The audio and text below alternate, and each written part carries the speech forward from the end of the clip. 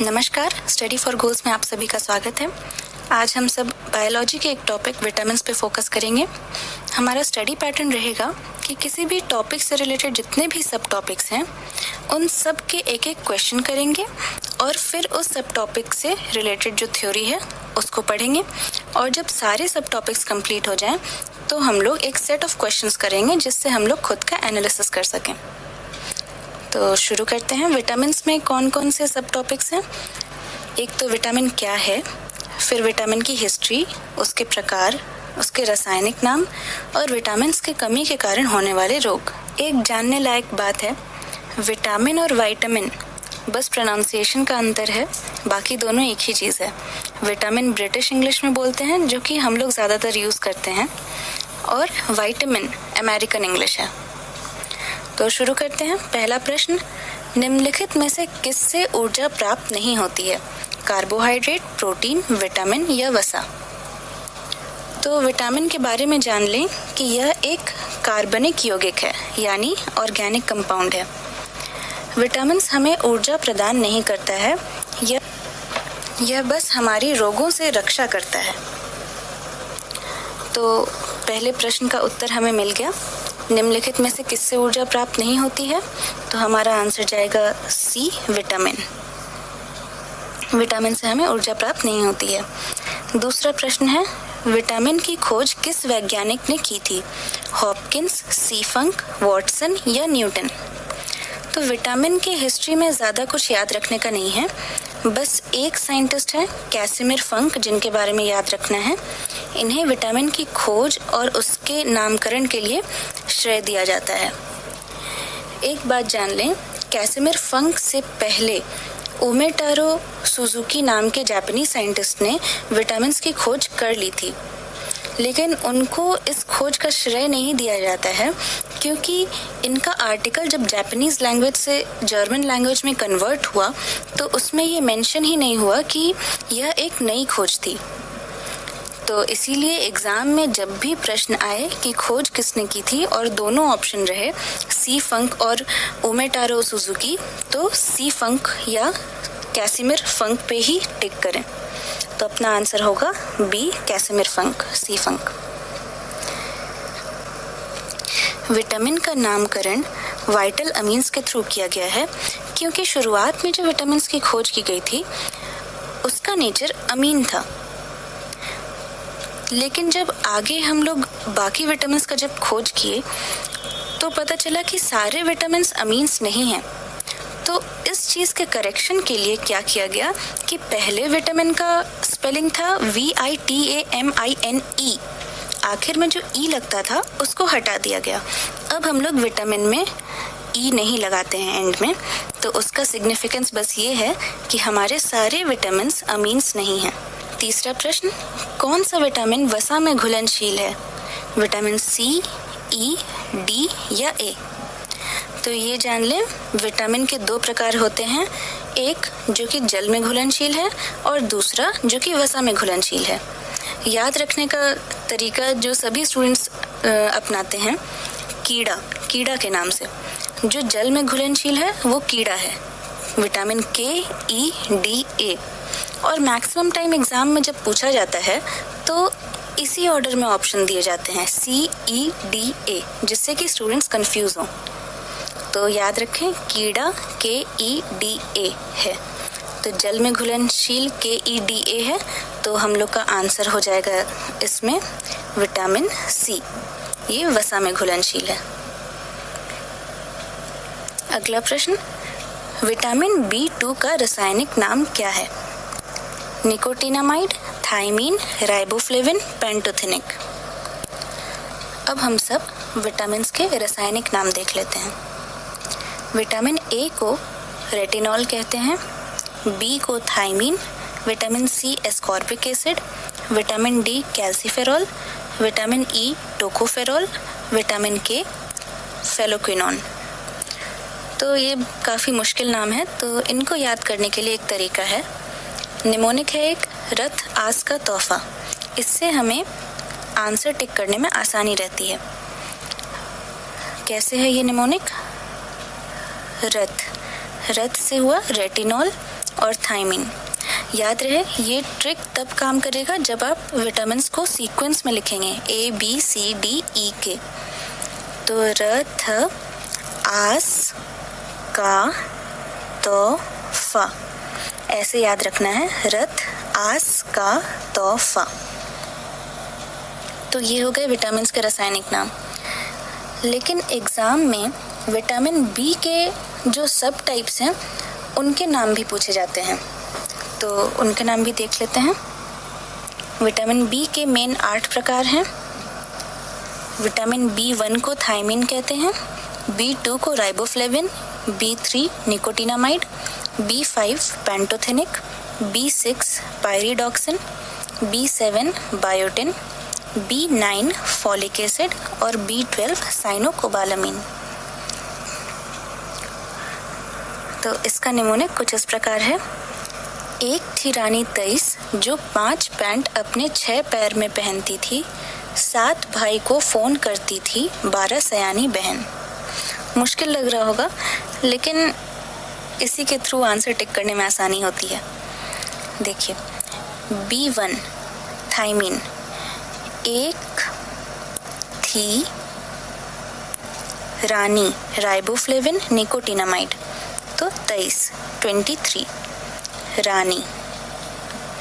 एक थी रानी जो 5 पैंट अपने 6 पैर में पहनती थी। फिर दूसरा लाइन क्या है, 7 भाई को फोन, B9 के लिए न यूज किया गया है, फोन करती थी 12 सयानी बहन। तो ये बस याद करने का एक तरीका है, बाकी निमोनिक का तो कोई मायने नहीं होता है। अब 5वां प्रश्न देखते हैं, आखिरी टॉपिक से रिलेटेड।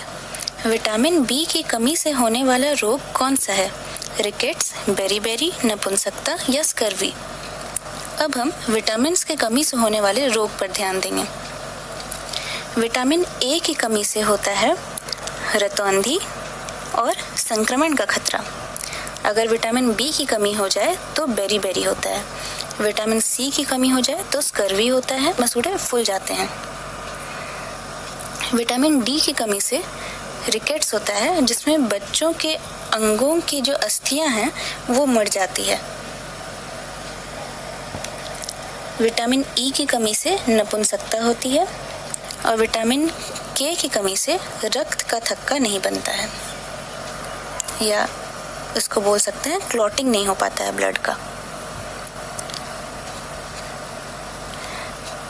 तो याद रखने के लिए ये ध्यान में रहे कि विटामिन बी है, इसीलिए बेरीबेरी, बी से बेरीबेरी और सी से स्कर्वी, ये दोनों बीमारी तो याद रहेगी।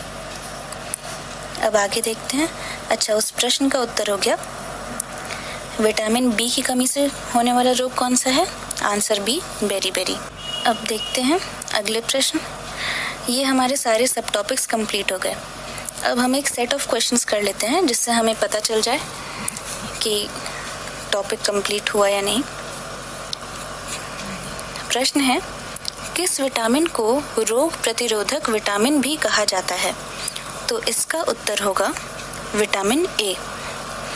विटामिन ए को रोग प्रतिरोधक विटामिन इसीलिए कहा जाता है क्योंकि हमने देखा था कि विटामिन ए की कमी होने से संक्रमण का खतरा होता है, इसीलिए विटामिन ए को रोग प्रतिरोधक विटामिन भी कहा जाता है। फिर अगला प्रश्न है, विटामिन ए की कमी से होने वाली बीमारी रतौंधी को और किस नाम से जाना जाता है? रतौंधी में जान ले, रोशनी कम होने पे अंधापन आता है, इसीलिए इसका नाम ऐसा रखा गया है, रात का अंधापन, रतौंधी। तो ये ना तो दूर दृष्टि है ना ही निकट दृष्टि है। निकटोपिया के बारे में हम लोग को पता नहीं है और इनमें से कोई नहीं, तो मोस्ट प्रोबेबली निकटोपिया होना चाहिए। तो ये पॉइंट आप नोट कर लें कि रतौंधी को निकटोपिया कहते हैं। जब हम लोग को आंसर नहीं पता हो तो क्वेश्चन कैसे सॉल्व करना है वो मैंने बताया। बाकी रतौंधी को ही निक्टोपिया कहते हैं। अगला प्रश्न, किस विटामिन की कमी के कारण मनुष्य की त्वचा और होठ फट जाते हैं? अब मैं बता दूं, मनुष्य की त्वचा और होठ फटते हैं विटामिन B2 की कमी से, लेकिन ऑप्शन में हमारे पास A है, B, C और D है, तो टिक हमें विटामिन B ही करना पड़ेगा क्योंकि B2 ऑप्शन में नहीं दिया है। अगला प्रश्न, किस विटामिन की कमी से मसूड़ों में खून आता है? तो हमने ये पढ़ा था, ये तो सीधा प्रश्न है कि विटामिन C की कमी से स्कर्वी होता है और मसूड़े फूल जाते हैं, तो विटामिन C की कमी से। अगला प्रश्न, किस विटामिन का निर्माण मानव की त्वचा में होता है? अब ये चीज़ मैंने आपको नहीं बताई है, लेकिन आपको ये पता है कि विटामिन D सूरज की रोशनी से मिलता है और सूरज की रोशनी डायरेक्टली हमारे स्किन पे पड़ती है, इसलिए हमें अपनी बुद्धि से इसका जवाब देना होगा कि विटामिन D ऐसा विटामिन हो सकता है जो कि त्वचा में जिसका निर्माण होता हो, तो इसलिए इसका आंसर होगा विटामिन D। अगले प्रश्न पे जाते हैं, विटामिन B6 का रासायनिक नाम क्या है? अब B6 का रासायनिक नाम पूछा गया है, तो निमोनिक को याद करें। एक थी रानी तेईस जो अपने 5 पैंट 6 पैर में पहनती थी, तो 6 पैर में मतलब पायरिडॉक्सिन, तो ये हो गया D इसका आंसर। अगला प्रश्न, कौन सा विटामिन मानव शरीर में संक्रमण को रोकने में मददगार है? तो ये भी सीधा प्रश्न है। विटामिन A की कमी से संक्रमण का खतरा बढ़ रहा था, तो विटामिन A मानव शरीर में संक्रमण को रोकने में मददगार है। अगला प्रश्न देखते हैं, किस विटामिन की कमी से बच्चों के अंगों की अस्थियां मुड़ जाती है? तो ये भी सीधा प्रश्न है।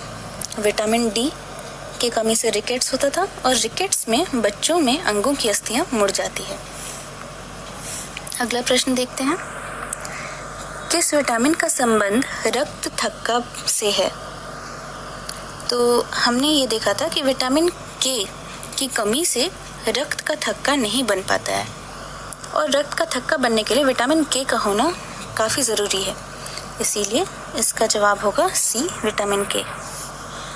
आखिरी प्रश्न, निम्नलिखित में से किस विटामिन में कोबाल्ट होता है?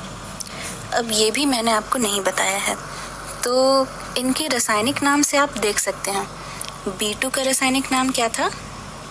याद करें, निमोनिक था एक थी रानी तेईस, तो रानी का र 23 के 2 से है, तो राइबोफ्लेविन B2 का नाम था। B6 किसका था? जो 5 पैंट अपने 6 पैर में पहनती थी, तो 6 पैर मतलब पायरिडॉक्सिन। B9 किसका था? B9 का रासायनिक नाम क्या था? 7 भाई को फोन करती है, फोन फॉलिक एसिड। और B12 का नाम क्या था? 12 सयानी बहन, साइनोकोबालामीन।